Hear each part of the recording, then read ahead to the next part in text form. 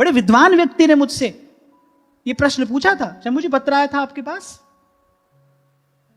अब वो पढ़े लिखे व्यक्ति थे, पढ़े लिखे माने शास्त्र पढ़े थे, तो उन्होंने मुझसे प्रश्न लिखकर पूछा कि भाई आज तो ये बात सुनने में आती है कि अपने गुरुदेव का नखशिख ध्यान करना चाहिए। मैंने कहा भाई ये और कुछ नहीं है, घोरे कलयुगे प्राप्ते सर्वधर्म विवर्जिते, इसमें किसी को दोष नहीं देना चाहिए। ये वो युग है जिसमें शास्त्रों की दुर्व्याख्या होगी, करने वाले करेंगे। अरे ध्यान करने के लिए गुरु नहीं, ध्यान करने के लिए भगवान का रूप है।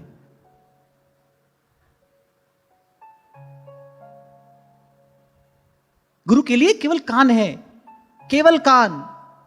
इसलिए बार बार आपको कहता हूं, जब यहां बैठते हो सुनते हो, प्रयास यही किया करो कि आपकी सारी चेतना केवल इन शब्दों पर हो बस।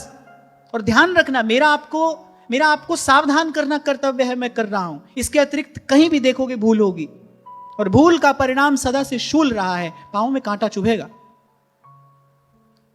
और जब पांव में कांटा चुभता है तो परिणाम क्या होता है? गति बाधित हो जाती है, व्यक्ति आगे चल नहीं पाता।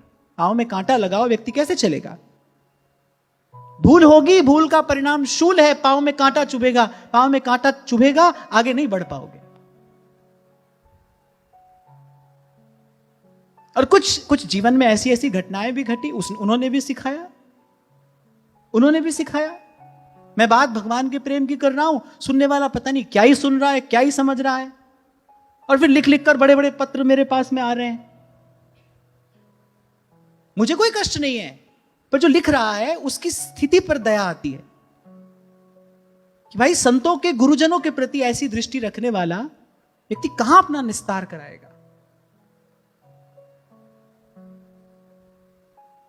और यहां विदुर जी ने अगर ये बात पूछी है तो भाई ये बात महत्वपूर्ण होगी। यानी गुरु शिष्य के मिलने का क्या प्रयोजन है?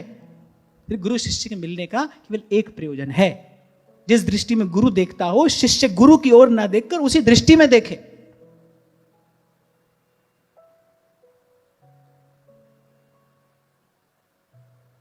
कोई शिष्य किसी गुरु से धनुर्विद्या सीखता हो, धनुर्विद्या समझ गए ना, धनुर्विद्या सीखता हो, गुरु लक्ष्य वेधन करना सिखाता है। थोड़ी सी मैंने जीवन में सीखी तो ये उदाहरण दे रहा हूं आपको। गुरु लक्ष्य वेधन करना सिखाता है, वो कहता है अपनी सारी दृष्टि धीरे धीरे समेट कर लक्ष्य पर केंद्रित करो, लक्ष्य पर केंद्रित करो, लक्ष्य पर केंद्रित करो। यदि शिष्य गुरु की बात सुनता सुनता गुरु की ओर देखता भी रहे तो क्या कभी लक्ष्य वेधन करना सीख पाएगा? क्या कभी उसकी दृष्टि लक्ष्य पर एकाग्र होगी? क्या कभी चेतना सिमटेगी? बताओ। ऐसे ही उपनिषद में उदाहरण दिया है। बोले भगवत भाव की सिद्धि क्या है? लिए मानव जीवन का लक्ष्य वेधन करने जैसा ही है। हां, गुरु को केवल कान से सुने और गुरु की बात सुनते सुनते तदनुकूल आचरण करे तो एक दिन अवश्य अपनी दृष्टि, अपनी वृत्ति लक्ष्य पर एकाग्र कर लेगा शिष्य।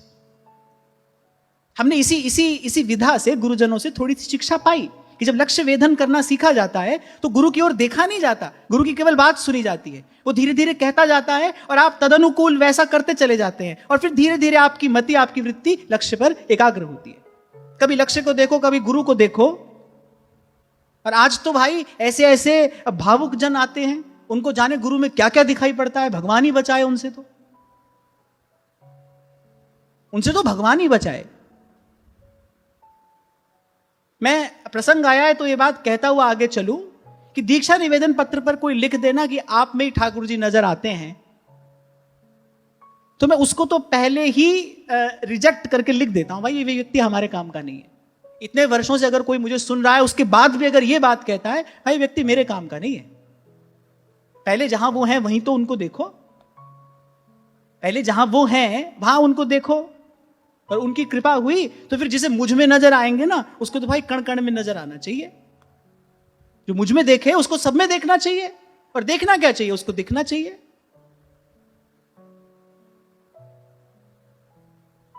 और मुझे ऐसा लगता है कि गुरुजनों का दीर्घ काल का संग सेवन अगर आपको कुछ देता है तो बस वही ये सावधानी प्रदान करता है।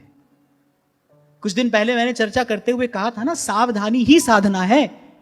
गुरु के सानिध्य में शिष्य साधना के लिए ही तो जाता है, और सावधानी ही साधना है। और नहीं तो भाई रमैया तेरी दुल्हन लूटिल बाजार, अगणित द्वंद्व देह के पथ हैं, तुम बिन तारन को समरथ। और फिर से स्मरण करूं श्री गीता जी का वो वाक्य, भगवान कह रहे भाई दिन रात जो लगा रहता है ना मुझ में, कथयन्त्यश्च माम नित्यम तुष्यन्ति च रमन्ति च तेषाम सतत युक्तानां भजतां प्रीति पूर्वकम। भगवान ने कहा जो ऐसे दिन रात मेरी कथा कहता है, सुनता है, मेरे नाम का कीर्तन करता है, मेरा ही चिंतन करता है, भजन करता है, सेवन करता है, दिन रात लगा रहता है उसमें, भगवान ने कहा उसको क्या देता हूं प्रसन्न होके, ददामि बुद्धि योगं तं ये न माम उपयान्ति ते, मैंने उसको सावधान कर देता हूं बस, मैं और कुछ नहीं देता।